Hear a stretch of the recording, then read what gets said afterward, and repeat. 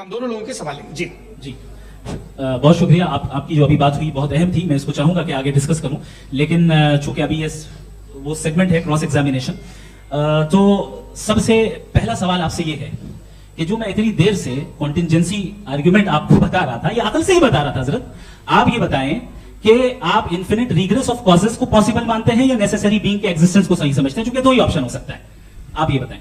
देखिए, आपको मैं ईमानदारी से बात करूंगी, एक तो मैं कॉन्टिजेंसी वर्ड ठीक से समझता हूँ, और इस वक्त भी जो आपने अंग्रेजी के अल्फाज इस्तेमाल किए वो जरा थोड़े से मुझे डिफिकल्ट और कॉम्प्लिकेटेड रहे, तो आप जरा सिंपल जबान में सवाल कर सकते हैं। बिल्कुल कर सकता हूँ। यूनिवर्स की हर चीज कॉन्टिंजेंट होने का मतलब यह है कि वो अपने एग्जिस्टेंस में किसी के ऊपर डिपेंडेंट है। जो भी चीज डिपेंडेंट होगी वो चीज इंडिपेंडेंट नहीं हो सकती, तो उसका कोई ना कोई कॉज होगा। तो अब आप क्या समझते हैं कि ये इन्फिनिट रिग्रेस है, यानी कॉज पर कॉज, कॉज पर कॉज, कॉज पर कॉज, और कभी कोई यानी एंडलेसली चलता रहा? क्योंकि अगर ऐसा होगा तो हम तो एग्जिस्टेंस में आते ही नहीं, लॉजिकली ये मुत्तफक अलैह चीज है, मुत्तफक अलैह अग्रीड अपॉन। इस पे हमने एग्री किया था कि मुश्किल शब्द आएगा तो अर्थ बताना पड़ेगा। तो इन्फिनिट रिग्रेस तो पॉसिबल नहीं है, तो कहीं ना कहीं आपको रुकना पड़ेगा ऐसे नेसेसिटी पर। नहीं, कोई जरूर नहीं रुकने, किसने कहा आप रुकना पड़ेगा? आप रुकते हैं खुदा पे, आप नहीं रुकते। आप कहते हैं वो हमेशा से, जब उस वक्त से है जब वक्त नहीं था। आप कहाँ रुकते हैं कि अब हुआ था वो? आप नहीं कहते। हम क्यों नहीं मान सकते कि यूनिवर्स जो है और बल्कि मल्टीवर्स जो है वो हमेशा से हैं, वो बनती हैं, बिगड़ती हैं। एक हमारे यहाँ एक चीज है ब्लैक होल, वो समेट लेता है वापस, फिर ब्लास्ट होता है, फिर फैल जाता है, और इसमें हमारी तो खैर कोई औकात ही नहीं है इंसान की। एक छोटे से जर्रे पे हम 50-60 साल की उम्र रखते हैं, जो करोड़ों अरबों साल की कायनात उसमें, और पैदा भी अपने यहाँ की बेहुदा वजह से हुए थे।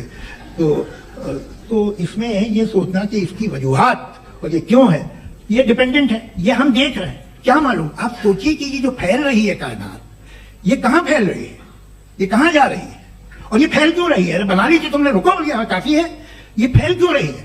ये और कौन सी कायनात जिसे मैं दूरबीन से देखता हूं तो 2 बिलियन लाइट ईयर पे है, उससे मेरा कोई वास्ता ही नहीं है। 2 बिलियन ईयर यानी अगर मैं 80,000 माइल्स पर सेकेंड से चलूं तो 20 करोड़ साल में वहां पहुंच जाऊंगा। इसकी जरूरत क्या थी? ये दुनिया, ये कायनात तो इंसान अशरफुल मखलूकात के लिए बनाई गई ना। तो ये सब ये टर्म समझ में नहीं आया, इसमें कोई खास समझने वाली बात थी नहीं। ये जो अल्टीमेट कहा यह जाता है कि ये जो पूरी यूनिवर्स है, ये जो दुनिया है, ये इंसान के लिए बनाई गई। अच्छा, ये सब इंसान के लिए, क्यों साहब? सही है ना?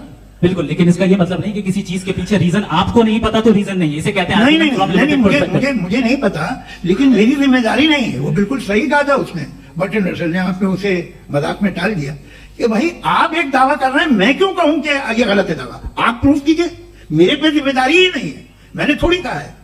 आप प्रूफ कीजिए कि ये सही है। आप आर्ग्यूमेंट ऑफ कॉन्टिजेंसी आप के जवाब कोई नहीं दे सवाल रहे हैं। पूछना चाहेंगे? है? आप सवाल पूछना चाहेंगे मुफ्ती साहब से? क्योंकि ये क्रॉस एग्जामिनेशन का दौर है, आप जैसे पहले बोल रहे थे फेथ को लेकर कुछ। मैं ये पूछना चाहूंगा कि खुदा ने जो भी रेवल्यूशन किए हैं, एक मजहब के नहीं बहुत से मजहबों में किए हैं, अलग अलग रेवल्यूशन है। कहीं कुछ एक बातें हैं, कॉन्ट्रडिक्शन भी है आपस में, कहीं कुछ आप कर सकते हैं, कहीं कुछ नहीं कर सकते। ऐसा नहीं कि सबकी कोड ऑफ मॉरल एक है। तो ये किस्सा क्या है? अब आप ये देखिए कि मुझे कभी कभी लगता है कि जो फुटबॉल फाइनल होता है, लाखों लोग होते हैं, फिर वो टीवी कवर कर करोड़ों लोग, अगर उसमें खुदा की एक बूमिंग आवाज आ जाती, मैं गॉड हूं, तो सारे लोग अभी सुन लेते और टीवी पे भी सुन लेते, किस्सा खत्म होता। ये इतनी राजदारी क्या है कि तुम सामने कुछ तो सबूत दे दो हमें सॉलिड। ये कैसा कि यूनिवर्स कैसे बनी, इससे मसला क्या हल होगा? मैं पूछूंगा आपसे खुदा कैसे बना? क्यों नहीं पूछूंगा कैसे बना? बल्कि वो तो कायनात से कहीं ज्यादा इंटेलिजेंट है, कायनात से कहीं ज्यादा कॉम्पिटेंट जी, वो हमेशा से। आप कहेंगे मैं मान लूंगा। अच्छा, दोयम वो कादिर मुतलक, यानी कादिर मुतलक मतलब ओमनीपोटेंट, जो चाहे कर सकता है। आपको नौकरी दिलवा सकता है, आपकी अच्छी जगह शादी करवा सकता है, आपके पड़ोसी का मुकदमा हरवा सकता है, आपसे जिता सकता है, सब काम करता है। थोड़ा सा माइक्रो से। वो इस दुनिया को चला कैसे रहा है? ये दुनिया कैसे चल रही है? आपको इस पर हैरत नहीं होती? या कयामत के बाद कभी एक जस्टिस होगा, जब ये बच्चा मर चुका होगा, जिसकी धज्जियां उड़ गई बम से, इसको इंसाफ मिलेगा तब। अच्छा, अब जवाब दूं? हाँ, जी, मैं इसीलिए आप ही करवा।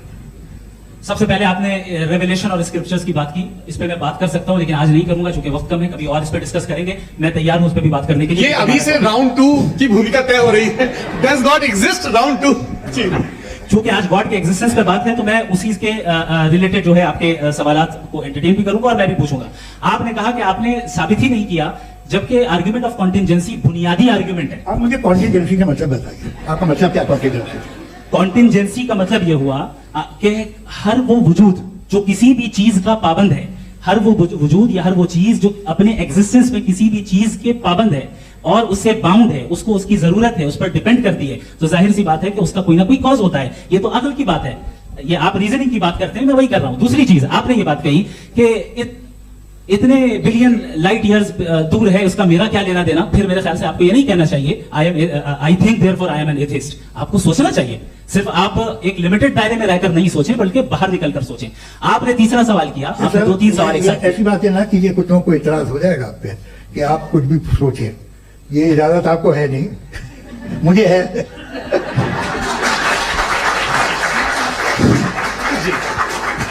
आपने प्रॉब्लम ऑफ इविल के ताल्लुक से सवाल किया और बार बार आप एक लफ्ज रिपीट कर रहे हैं कि ओमनीपोटेंट गॉड है, ऑल पावरफुल गॉड है। यही तो दरअसल समझना है कि गॉड का कॉन्सेप्ट क्या है। प्रॉब्लम ऑफ इविल जो है, प्रॉब्लम ऑफ इविल दर हकीकत 2 असम्पशंस पर कायम है। अगर आप इन 2 असम्पशंस को समझ जाएं तो ये प्रॉब्लम नहीं रहेगी, आर्गुमेंट आपको समझ में आ जाएगी कि ये कोलैप्स कर जाता है। पॉइंट नंबर 1, यानी जो आपका सबसे पहला फॉल्स असम्पशन है कि गॉड मर्सीफुल है, ओमनीपोटेंट है, दुनिया में जुल्म हो रहा है। लेकिन आपको यह समझना चाहिए कि हमारे वर्ल्ड व्यू के मुताबिक गॉड सिर्फ ओमनीपोटेंट और सिर्फ मर्सीफुल नहीं है, बल्कि वो ऑल वाइज भी है और वो ऑल नोइंग भी है। उसके हर काम के पीछे हिकमत और विजडम है। ये कोई जरूरी नहीं है कि वो हिकमत और विजडम आपको समझ में आए या मुझे समझ में आए। अगर आप जो समझ रहे हैं उसके मुताबिक आप फैसला कर रहे हैं, ये लिमिटेड पर्सपेक्टिव से आर्गुमेंट है। और इस चीज को हम अपनी दुनिया में, अपने लाइफ में, डेली लाइफ में इस प्रिंसिपल को एक्सेप्ट करते हैं। हम जब किसी डॉक्टर के पास जाते हैं, डॉक्टर के पास जाकर वो अगर उसने हमें कोई दवाई दी है तो हम ये तो नहीं कहते कि जब तक आपके पास जितना नॉलेज और जितना विजडम नहीं है, आपने क्यों ये दवाई दी है, तब तक हम इस चीज को एक्सेप्ट नहीं करेंगे। नहीं कहते, हम उसकी अथॉरिटी को तस्लीम करते हैं। क्यों? क्योंकि उसकी हम जानते हैं कि वो नॉलेजेबल है, वो विजडम वाला है, हमसे ज्यादा नॉलेज और हमसे ज्यादा विजडम है। बताया सर। डॉक्टर में और खुदा में बड़ा डिफरेंस है। डॉक्टर पढ़ा लिखा होता है एक, तो मैं उसकी बात सुनूंगा। 2 नहीं कुछ जवाब पे भी नहीं है सर। प्लीज, अगर सब ऑडियंस से बोलने लगेंगे तो फिर मतलब नहीं सिग्नलाइज पाए इसका। मतलब आप ये कहें कि क्योंकि आप डॉक्टर पे बिलीव करते हैं इसलिए खुदा पे बिलीव कीजिए, क्या ये मिसाल आपको समझाने के लिए आर्गुमेंट है, इस पे आपको एतराज नहीं है। तो सिंपल बात ये है कि मैं अगर ये यकीन कर लूं कि एक ओमनीपोटेंट उसकी मसलहत है, ये जो बच्चे मर रहे हैं ये मसलहत है उसकी, मुझे नहीं चाहिए थी मसलहत, उसकी मसलहत नहीं, यही तो समझना है। मतलब एक्सपीरियंस। अच्छा, इस आपने अभी मेरी बात पूरी सुनी नहीं। मैंने कहा आपका पूरा आर्ग्यूमेंट 2 फॉल्स असम्पशंस पर है। एक फॉल्स असम्पशन मैंने बता दिया, दूसरा फॉल्स असम्पशन ये है कि इस दुनिया में इविल के होने का कोई गुड रीजन नहीं है, जबकि हमारे पास बाज रीजंस मौजूद हैं, हमारे पास बाज वजूहात मौजूद हैं। अगर इस दुनिया में इविल ना हो तो आप गुड को डिफाइन कैसे करेंगे? अगर जुल्म ना हो आप इंसाफ को समझेंगे कैसे? अगर तारीकी ना हो तो आप लाइट को समझेंगे कैसे? बहुत अभी और सुन लें, अभी और बाकी है। ये तो बात बहुत पसंद आई साहब मुझे कि जब तक रेप ना हो तब तक औरतों की इज्जत का ख्याल आपने मेरा जवाब पूरा सुना ही नहीं। जब तक के बच्चों का कत्ल ना किया जाए तब तक आपको बच्चों की मासूमियत की इज्जत। आपने पूरा जवाब सुना ही नहीं। क्या आपने नुक्ता निकाला? आपने पूरा जवाब सुना ही नहीं। आप सुन लें, मेरी बात सुन लें। ये मैंने आपको एक चीज बताई। दूसरी चीज, इस दुनिया में हम आए हैं टेस्ट के लिए, हमारा टेस्ट हो रहा है और हर इंसान का अलग अलग अंदाज में टेस्ट होता है। और इस दुनिया में अगर इविल मौजूद है तो वो इविल जरिया है हमारे अंदर ह्यूमन नोबल क्वालिटीज को डेवलप करने का और अलग अलग फील्ड में प्रोग्रेस करने का। और अगर हमारे अंदर और इस दुनिया में इविल नहीं होता तो बताइए टेस्ट का मतलब क्या होता? अगर मैं अपने स्टूडेंट को एमसीक्यूज दूं और उसमें सिर्फ राइट आंसर लिख कर दे दूं और कहूं तुम्हारा टेस्ट हो गया, ये मीनिंगलेस है। इस दुनिया में अगर हम टेस्ट के लिए आए हैं तो जाहिर है गुड एंड इविल दोनों मौजूद है। तो अगर गुड एंड इविल दोनों मौजूद है तो ये इविल भी खुदा का बनाया हुआ है।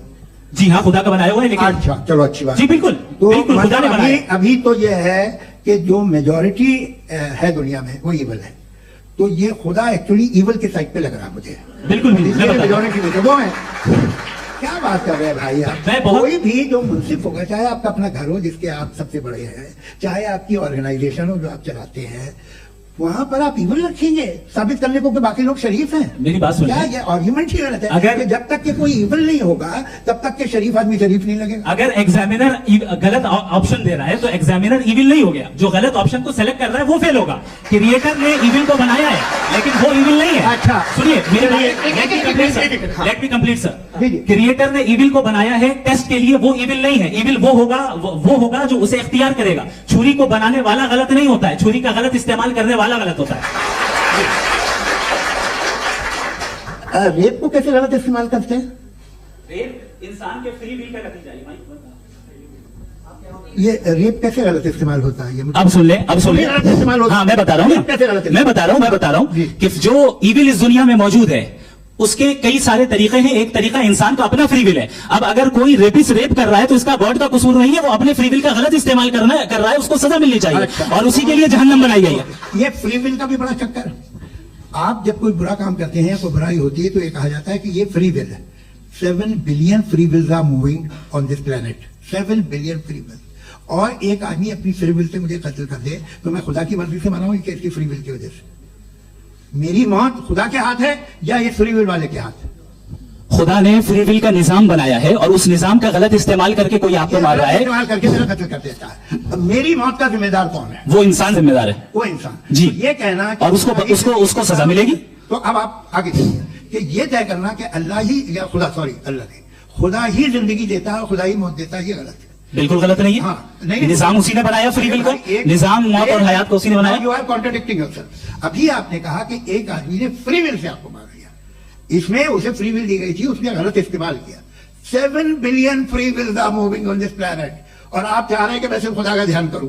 ये 7 बिलियन फ्री विल्स को मुझे लुक आफ्टर करना पड़ेगा कि नहीं? ये तो तबाहियां कर रही हैं और तबाहियां ज्यादा हो रही हैं। बिल्कुल। तो अगर आप बताएं अगर खुदा नहीं है फॉर एग्जाम्पल, हाँ। तो आप ईविल को कैसे डिसाइड करेंगे? यानी how can you define evil objectively without God? देखिए, दुनिया में 2 तरह के जानवर हैं। एक जो अकेले रहते हैं जंगल में और एक जो ग्रुप्स में रहते हैं।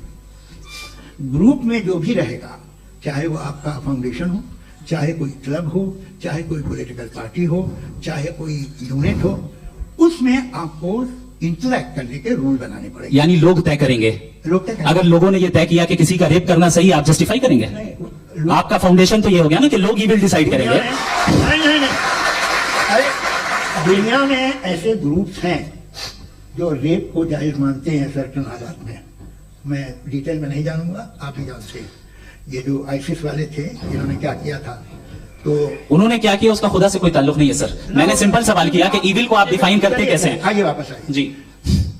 आप साथ में तभी रह सकते हैं जब कुछ आप ऐसे उसूल डेवलप करें जिसमें हर एक का बेसिक तहफ़्फ़ुज़, हर एक का बेसिक राइट हो और हर एक को कोई आराम मिले। यही तरीका है किसी भी ऑर्गेनाइजेशन जिसमें एक से ज्यादा लोग हैं और वो ऐसी चलती है जिंदगी। उसमें अगर आप गड़बड़ करेंगे तो तबाही होगी, नुकसान होगा, बर्बादियां आएंगी। और अगर उसमें आप घर ले लीजिए ना, एक हस्बैंड है, एक वाइफ है, बच्चे हैं, वालदा भी हैं, 2 बहनें भी हैं, एक भाई भी है।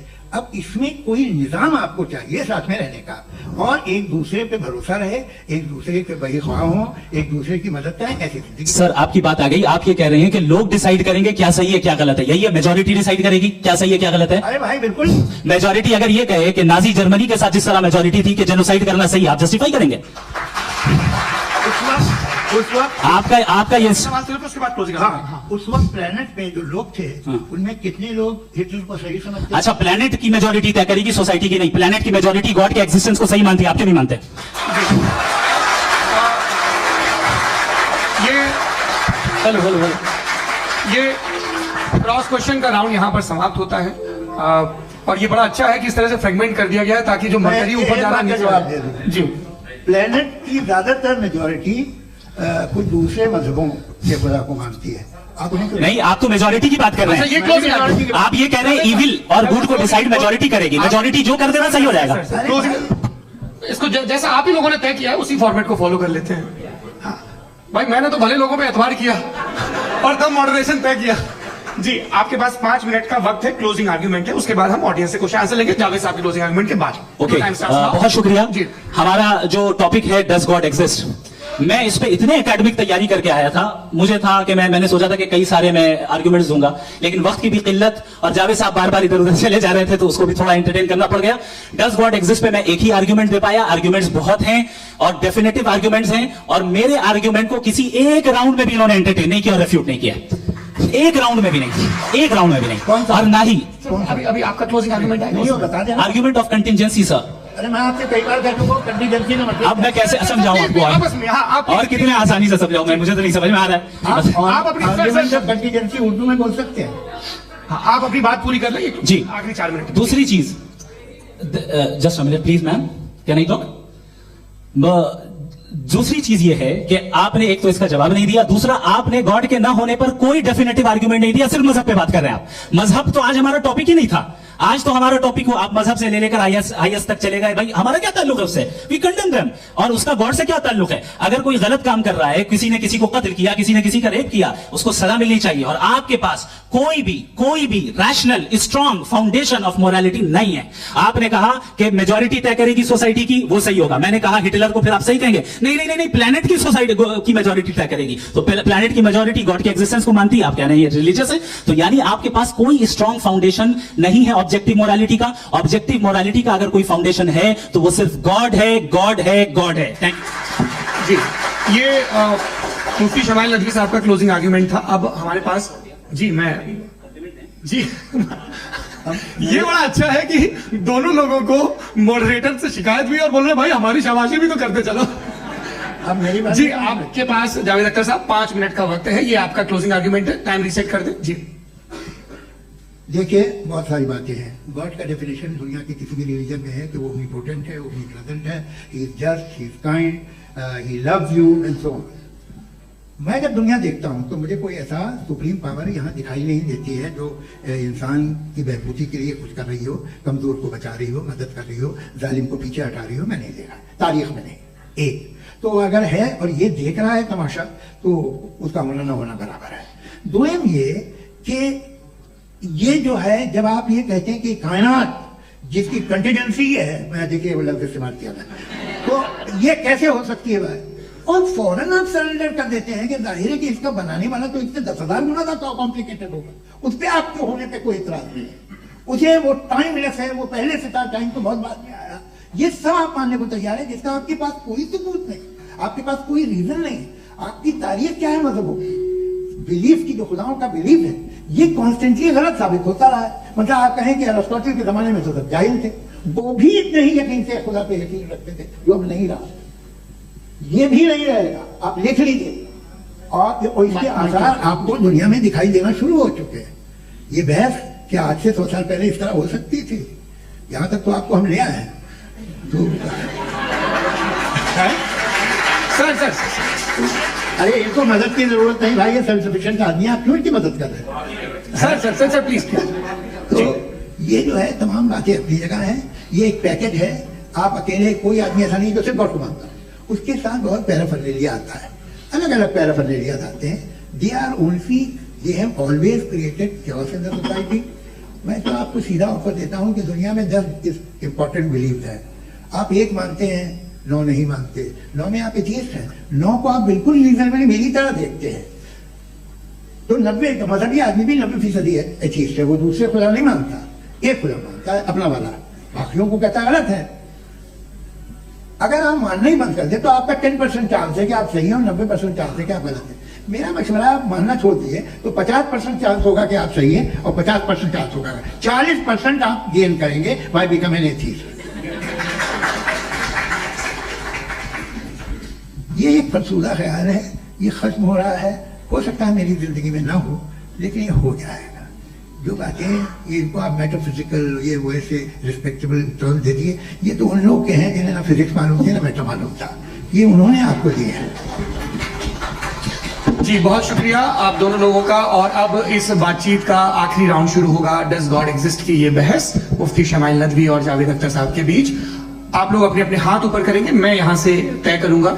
और माइक हमारे पास है, एक ही माइक है ऑडियंस के लिए? 2 माइक है, एक इस तरफ एक इस तरफ, ठीक है।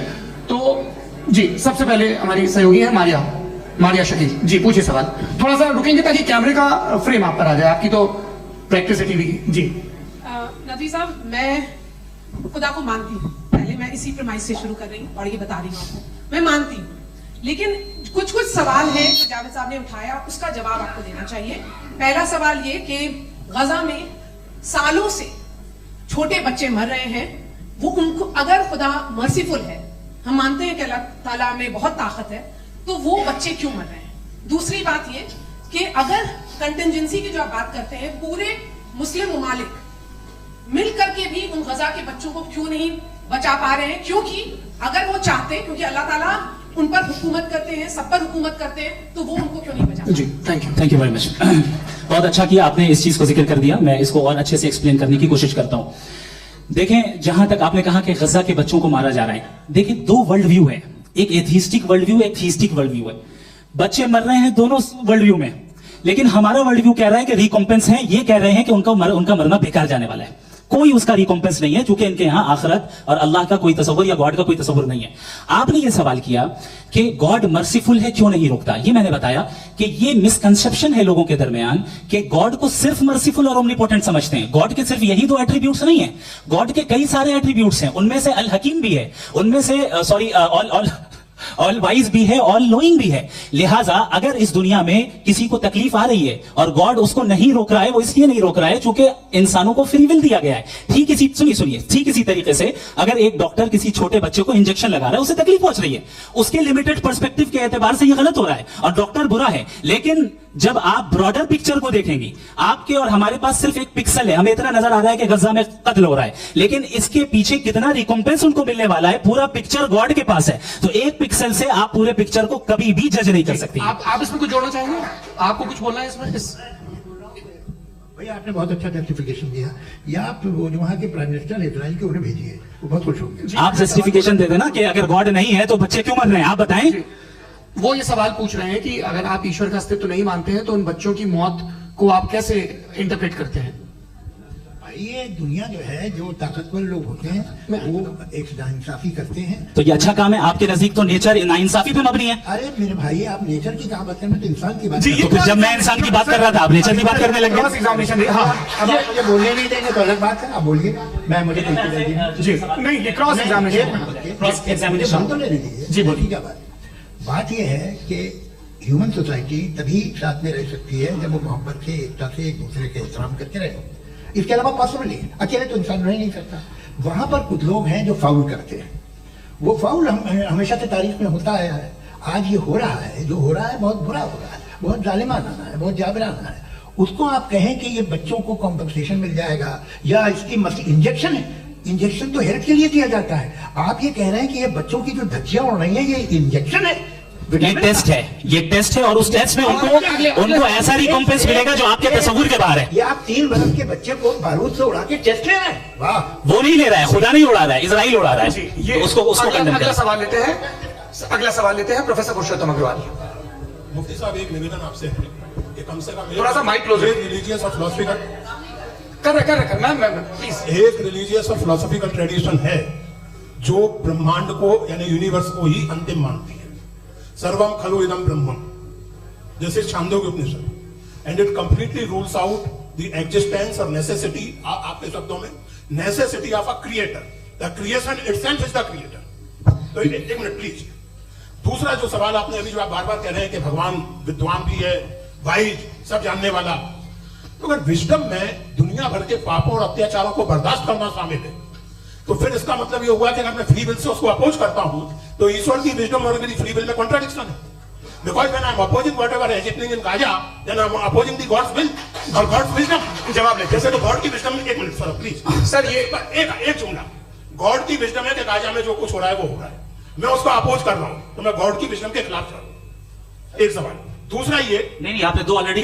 सर आप और सवाल कर ले, लेकिन मुझे 2 जवाब दे। पहले आपने ये कहा, सुनिए मेरी बात सुनिए। इजराइल के मुताबिक तो ठीक हो रहा है ना? नहीं हो रहा है, सीख नहीं हो रहा है, मैं बता रहा हूँ क्या हो रहा है। आप तशरीफ रखिए, मैं बता रहा हूँ क्या हो रहा है। Let me complete please. एक सेकंड। ये देखिए, ऐसा है कि ये सब बड़ा आपस में विचार विमर्श के बाद ये तय हुआ था कि कुछ नियम बना लिए जाए ताकि एक टाइम बाउंड बातचीत चले। और भाई साहब, आप बड़ा जरूरी काम कर रहे हैं, लेकिन कैमरे के फ्रेम में आके उस काम को गड़बड़ कर देना। ठीक है गुरु, अब मेरे को कहीं का गुस्सा कहीं निकालना था, सॉरी। नहीं, कोई गुस्सा नहीं है जी। तो प्रोफेसर ने सवाल पूछे, आप उनके जवाब दें, और थोड़ा ये सब लोग थोड़ा ख्याल रखें भाई, सवाल संक्षिप्त रखें जी। आपने 2 सवाल किया। सबसे पहला ये कहा कि हमारे पास ये कॉन्सेप्ट है कि ये यूनिवर्स खुद नेसेसरी बीइंग है, creation itself is the creator. How irrational is this कि मैं एग्जिस्ट करूंगा बाद में, लेकिन अभी एग्जिस्ट कर भी रहा हूं, यानी एक ही टाइम में एग्जिस्ट भी कर रहे हैं, नहीं भी कर रहे हैं। This is not true. दूसरी चीज आपने कहा कि अगर इजराइल में, सॉरी माफ कीजिएगा, Israel doesn't exist, occupied Palestine में अगर ऑक्यूपाइड पैलेस्टाइन में बच्चों को मारा जा रहा है फ्री विल की वजह से और गॉड नहीं रोक रहा, ये कॉन्ट्रडिक्शन है। ये बताइए कि एक एग्जाम में एक बच्चा गलत आंसर लिख रहा है, सुनिए, एग्जामिनर चाहे तो रोक सकता है, क्यों नहीं रोक रहा है? जो ये कॉन्ट्रडिक्शन है, ये कॉन्ट्रडिक्शन नहीं है। माइक नहीं सर, ये आपस में ये क्या आपका सवाल? माइक दीजिए। फ्री विल दिया गया है टेस्ट के लिए, अकाउंटेबिलिटी के लिए। अगर फ्री विल नहीं होता तो आप कहते हैं हमें रोबोट बना दिया गया। नॉट मिसरिप्रेजेंट माय पोजीशन, आपकी जो भी पोजीशन, मैं अपनी फ्री विल के नाते, अपने ह्यूमन विजडम के नाते गाजा में हो रही अत्याचार का विरोध करता हूं। बिल्कुल करना चाहिए। आपके हिसाब से मैं गॉड की विजडम का विरोध कर रहा हूं? बिल्कुल नहीं, जो हो रहा है गॉड की बिल्कुल भी नहीं, बिल्कुल भी नहीं। उसका वहां पर गाजा में कत्ल होना ये इंसानों के गलत इस्तेमाल का नतीजा है, फ्री विल के इस्तेमाल का नतीजा है। गॉड इसका हुक्म नहीं देता, उससे रोकता है। यही तो मसला है ना, आपके लिए कॉन्सेप्ट क्लियर नहीं भाई, आपने तो बताया था इंजेक्शन लगाने से बच्चे को तकलीफ होती है, ये इंजेक्शन लगा। सर आप ऐसे रेटोरिक स्टेटमेंट दे तब तो कोई मसला नहीं आपने समझते बोला कि रहेंगे। Injection- this is a rhetoric statement, this is not a logical argument sir. I am sorry, I am ये सॉरी। आखिरी 30 मिनट बड़े मुश्किल होने वाले हैं। जी मुफ्ती साहब आगे बैठे हैं, इनको माइक दीजिए। हाँ तरुण, माइक आप अपने पास रखिए, आपको कैमरे का फ्रेम पता है जी। सबसे पहले दोनों को मुबारकबाद। एक सर अपना आप नाम बता दें। आप अमेरिका में शिकागो में रहते हैं, इतना मुझे याद है। बताया आप, यासीर नदीम अलवाजदी मेरा नाम है। जावेद सर आपसे एक क्वेश्चन है इन्फिनिट रिग्रेस के ताल्लुक से। एक हाइपोथेटिकल सिनेरियो है, मसलन अगर आप सर माइक थोड़ा सा प्लीज क्लोज रखिए जी। अगर आप शायर इसलिए हैं कि आपके कोई उस्ताद शायर थे, और वो इसलिए शायर थे कि उनके कोई उस्ताद शायर थे, और इसी तरीके से हम माजी में पीछे चलते चलते चले जाए और कहीं ना रुके, तो माफ कीजिएगा आप कभी शायर नहीं हो सकते। लेकिन आप शायर हैं, आपका शायर एग्जिस्ट करता है, इसका मतलब ये है कि आप कहीं ना कहीं रुके हैं। तो मेरा सवाल यह है कि क्या आप इन्फिनिट रिग्रेस ऑफ कॉजेस को लॉजिकल फैलेसी मानते हैं या नहीं मानते? हाँ या ना? मैं इन्हें लॉजिकल फैलेसी नहीं मानता हूं, लेकिन मेरा प्रॉब्लम यह है कि जब मैं नहीं मानता हूं तो I continue with this logic जो फैलेसी नहीं हो। आप एक जगह रुक जाते हैं जाके, आप कहते हैं ये गेंद कैसे बनी, ये जजीरा कैसे बना, ये समंदर कैसे बना, ये जमीन कैसे बनी, और अचानक गॉड पे जाके आपको ब्रेक लग जाता है। एक बार आप सवाल नहीं करते कि भाई इनको बनाने वाला तो इनसे भी कॉम्प्लिकेटेड होगा, वो कैसे बना, उसके बारे में आपने इत्मीनान कर लिया, वो हमेशा से है। तो अगर आप उसे हमेशा से मानते हैं तो फिर ये मान लीजिए कि कायनात हमेशा से, क्या तकलीफ हम वजूद में नहीं आते। जी है? हम मौजूद नहीं अच्छा सर क्यों नहीं हो मैं सकता? बताऊं प्लीज प्लीज। जैसे मैंने मिसाल दी आपसे शेर, आपका शेर कभी वजूद में रहता है अगर शायर इसी तरह चलते रहते हमेशा। जी माइक मेरे ख्याल से एक सेकंड। इन्फिनिट रिग्रेस का कॉन्सेप्ट क्लियर नहीं हो पाया सर। रहने दें, लेट्स मूव ऑन सर। ठीक है। हाँ थोड़ा सा मॉडरेटर का भी ख्याल रखें। नहीं आपने तो रखा है, आपने रखा है। यहाँ पे गौहर रजा साहब हैं, वो भी एक सवाल पूछना चाहते हैं। माइक यहाँ नीचे से ऑन कर दिए नीचे। पहले तो ये कह दूं कि मैं उन बच्चों से शर्मिंदा हूं जिनको गजा में कत्ल किया गया, क्योंकि हमारे होते हुए कत्ल किया गया। लेकिन उससे ज्यादा शर्मिंदगी इस बात से हुई कि मुझे लगा कि मुफ्ती साहब उसको जस्टिफाई कर रहे हैं। बिल्कुल भी नहीं, आप बहुत ही गलत मुझे बात- लगा मैं गलत हो सकता हूं। बिल्कुल गलत मैं है। सवाल पूछ रहा हूं। सवाल मैं देखिए, सवाल अगर पूछ रहा हूं। एक मैं जावेद भाई से डिसएग्री करता हूं। एक सेकंड देखिए, अगर देखिए ऐसा एक सेकंड आप सर वेट अरे आप कुछ मेरे पहले मुझे अपनी बात क्या लेने दीजिए। अगर ऑडियंस तय करेगी तो फिर मॉडरेटर का मतलब नहीं। मेरा आप सबसे ये कहना है, ये बहस दो लोगों के बीच में है, एक तरफ मुफ्ती साहब, एक तरफ जावेद साहब। पिछले 1.5 घंटे से ये लोग अपने अपने तर्क रख रहे हैं। आपकी इनसे इत्तेफाकी हो सकती है, ना इत्तेफाकी हो सकती है। मेरे उस्ताद मुझे सिखा गए हैं कि मुखामुखम में असहमति की गुंजाइश बची रहनी चाहिए। अगर मैं आपकी बहुत इज्जत करता हूं गौहर साहब, आपने जो कमाल की किताबें लिखी, साइंटिफिक टेम्परामेंट, लेकिन मेरी ये गुजारिश है आप सबसे कि यदि आप इन लोगों ने जो बोला उन पर टिप्पणियां करेंगे तो ना वक्त की पाबंदी रहेगी ना वंशास। आप सवाल पूछ लें, उस सवाल में जो बात आ जाए वो आ जाए। मैं जावेद साहब से डिसएग्री करता हूं, इसलिए जावेद साहब से सवाल पूछ रहा हूं। आपका सवाल जावेद अख्तर साहब से। और सवाल यह है मेरा कि जावेद साहब ने कई बार लॉजिक का इस्तेमाल किया कि साइंस में लॉजिक है और रिलीजन में लॉजिक नहीं है। मेरा ख्याल यह है कि रिलीजन में भी लॉजिक है, लेकिन उस लॉजिक की बेसिस ये है कि आप रुक जाते हैं, जिसका जिक्र जावेद साहब ने बार बार किया, यानी खुदा के तस्वुर पे आते हुए, गॉड के तस्वुर पे आते हुए रुक जाते हैं। और इसमें सवाल पूछना मतलब फॉरबिडन होता है। सवाल यह है कि क्या जावेद साहब इससे अग्री करते हैं कि साइंस की लॉजिक अलग है और रिलीजन की लॉजिक अलग है? बताइए सर। देखिए 3 चीजें हैं, साइंस है, एक है मंतिक है, इस्तिदलाल है, और एक जो है कुछ भी नहीं है, फेथ है, अकीदा है। मैं अकीदे की लॉजिक का कायल नहीं हूं। मुझे आप इस्तिदलाल से, लॉजिक से, रीजन से समझाइए, मैं मानने को तैयार हूं, मेरा क्या नुकसान होगा। लेकिन ये कि अकीदे पे मैं नहीं जा सकता हूं। अकीदे का मतलब है कि तुम ये मान लो, सवाल ना करो। ये नहीं, आप सारी बातें करके, बड़ी साइंटिफिक बातें करके एक जगह जाके खुदा के वजूद पे रुक जाते हैं, सरेंडर कर देते हैं। मैं सरेंडर करने को तैयार नहीं। That's all। जी, ये आगे सर बैठे हुए हैं, इनको माइक दीजिए। भाई वो आपको क्या चाह रहे थे ना? हाँ, नहीं जी, आपका नाम? आसिम इफ्तिखार। आसिफ जी, पूछिए। सर जावेद सर से सवाल है कि आपने अपने क्लोजिंग माइक थोड़ा करीब है। अपने क्लोजिंग स्टेटमेंट में बात कही थी कि मजहब का जो फ्यूचर है